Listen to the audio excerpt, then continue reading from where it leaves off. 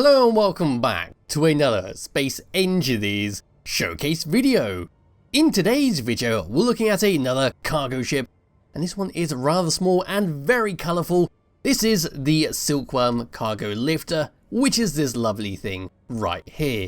So this is a fairly small ship filled up with a bunch of medium cargo containers ready to transport stuff from your base on a planet over to a orbiting station. We've got some guns on here, we've got atmospheric thrusters, hydrogen thrusters, and some spotlights to light up your way. Pressing F10 and finding it in the spawner menu, there it is. The Silkworm cargo lifter is 985 small blocks using the decorative block DLC pack and nothing else. So what we're going to do is have a quick look around the outside, then we're going to fly it around a bit and see what it can do. So all the way over to here at the very front, we've got ourselves a camera to aim this thing straight forwards. Just below that on our left and our right, we've got ourselves some spotlights which have been angled via a hinge. If we come around this side first, because we are slightly different on both sides, we're going to see the start of a few medium cargo containers and an O2H2 generator. We've got a green interior light, and on the opposite side we've got a red interior light, and just over here we've got ourselves some letter blocks saying the MDSC. Not too sure what that stands for, but on the opposite side it's got the ship's name. As we continue along, we've got some atmospheric thrusters just to help us around while on the planet. Then we come over to this part right here, where we've got our cockpit where we can fly it. We can see a sneaky hydrogen tank right there, which is slowly filling up because I put some ice inside the cargo containers. If I was to pull out and continue along, we'll see some more letter blocks which say O1 and some more hydrogen thrusters. Coming over to here, we're going to see a large hydrogen tank, and over there we've got ourselves a conveyor going across into the body of the ship. Just behind our cockpit we can see another sneaky O2H2 generator, and then just over here we've got some batteries, a gyroscope which has just been hidden behind some window blocks. And as we come round over to here, there's some more hydrogen tanks. And if I pull away, we can see some hydrogen thrusters which have been attached onto our hydrogen tanks, as well as a blinking white light. Coming all the way around to the back of this ship, this is our main thrust. We've got 2 large hydrogen thrusters and 8 small ones, just to help push us around at some great speed and escape any oncoming pirates. In the middle of these, we've got ourselves a ore detector, an antenna, and a reverse camera. And of course, surrounding our thrusters, we've got some batteries going all the way around, which is our primary way of powering this ship. If we just come all the way to the opposite side, which is going to skirt all the way around over to here, we then lose our cockpit, and in its place we got ourselves some Gatling guns. It is a little bit awkward to fire, but luckily they have placed a camera just in between them to allow you to aim it more precisely. Then if I come around over to here, we'll now be able to see the ship's name, which is the Silkworm, and there we go. If we come up and above and tell my character to bugger off, there we go. We can now look at the lovely colouring, which goes from a lovely light blue colour over to a yellow at the back. So coming over to here and looking there, we can see the top of our camera. Moving along, we can see access points for our cargo containers. Over to here, and then towards the back, we can see the conveyors going across to our large hydrogen tanks, an oxygen tank, and a load of thrusters. Coming all the way down and underneath this, we're almost done with this bit. We now see even more thrusters, some more hydrogen tanks. Over to here is our atmospheric thrusters, a connector to connect yourself up and restock, or to unload the goods you're carrying around. And then towards the front, more hydrogen thrusters, and there is our spotlight on the hinge.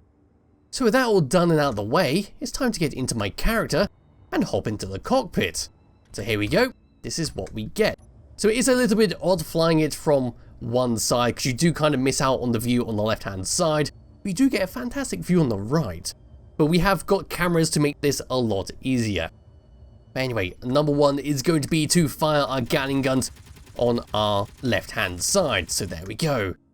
Our camera on number 2 is to help aim our Gatling gun, so there we go. Number 4 is to aim straight forwards, where we can see we've got some lovely LCD blocks right there just telling you your hydrogen and battery usage, so you don't need to have your HUD on if you don't want it. Yes, that is a lovely centralized view to make sure you can see where you're going perfectly, and always aim ahead to make sure you're not going towards a pirate outpost. 5 and 6 is for our landing gear, and 7 is to lock or unlock our connector. Number 8 is to view straight backwards, so if you're going to reverse up into a base, you can now use this to make sure you don't bump into anything. And number 9 is going to be to turn off our forward-facing hydrogen thrusters, so if we were to go forwards, we would then cruise along like so, until we switch it on, then we'll come to a stop. On tab number 2, number 1 is going to be the exact same button, where we simply turn off our forward-facing hydrogen thrusters. 3 and 4 is for our thruster overrides, where we can just boost ourselves forwards, so we can take our hands off the keyboard and go and get a drink while we're travelling to a station. And 4, of course, is to turn that all the way down. 6, 7, and 8 is for our beacon, antenna, and ore detector on and off. And number 9 is to switch off all our hydrogen thrusters, except the forward-facing ones, which we'll have to turn off via another button. But as you can see from that, we will come crashing down, because our atmospheric thrusters are not strong enough to keep ourselves in the air. On tab number 3, we then got some controls over our gyroscopes. I'm not going to touch them. And 8 and 9 is once again for our ore detector and beacon. Tab number 4, 5, 6 is all empty, so it's time for a quick thruster test. So coming to a complete stop, here we go. Let's go forwards. So thanks to those hydrogen thrusters at the back there, we got a lot of speed and some great acceleration to pull away from an exploding station and take your precious cargo to wherever they need to go. Pretty sure I just slurred my words there, but never mind. Stopping, on the other hand, is a bit more slower. As you can see there, we will maybe need to do a 180 if you want to stop a lot faster. There we go. But we do stop in a reasonable amount of time. Going left and going right, we are a lot slower than forwards and backwards. Going down, we're fairly fast, but that might just be due to the Mars-like planet. And then going up, we're pretty fast as well. Moving my mouse around, we got a nice lot of control over this. There is a teensy bit of weight on there, but not enough to really impact, but just enough to stop it from feeling floaty. So it's really well done with that. And yes, that is pretty much it for the Silkworm. It's a very nice ship. It's got some fantastic colouring on there. That must have taken ages to just sit that up. And that is the big thing that drew me to this ship. It looked absolutely fantastic.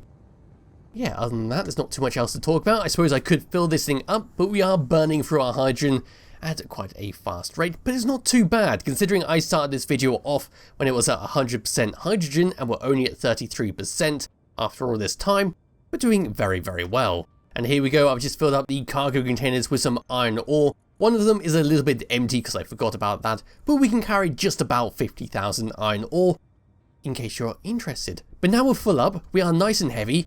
Let's see how this changes our controls. So going forwards, we are a little bit slower than before. We are a bit sluggish once we're all full, and stopping as well is a hell of a lot slower now, but it's still not too bad. The thrust distribution around this ship is still fine for carrying a lot of heavy cargo.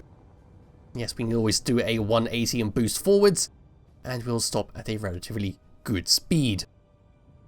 Yes, as for mouse control, we're still roughly the same. There is now quite a lot of weight on there, and it's dragging a fair bit.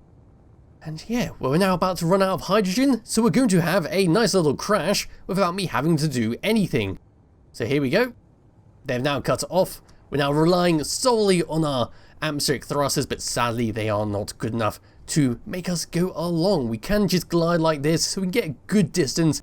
There's no parachutes on here, unfortunately, but we're just going to come land over here, and I have some pretty good hope that we're not going to smash into pieces. Oh wow, we just clipped the bottom of that, and then there we go. And an unknown signal was detected. So what did we lose? We lost a bit of the front, we lost our cargo containers, but we're largely in one piece, and perfectly salvageable and flyable if I had hydrogen. But anyway, the Silkworm cargo lifter will be in the description below if you do want to download and play around with it yourself. Not too sure what happened there, it sort of just froze. Oh, I see, it snapped onto its landing gear. As I was saying, there'll be a link to it in the description below, and I'll be back with another video some point soon. Bye bye.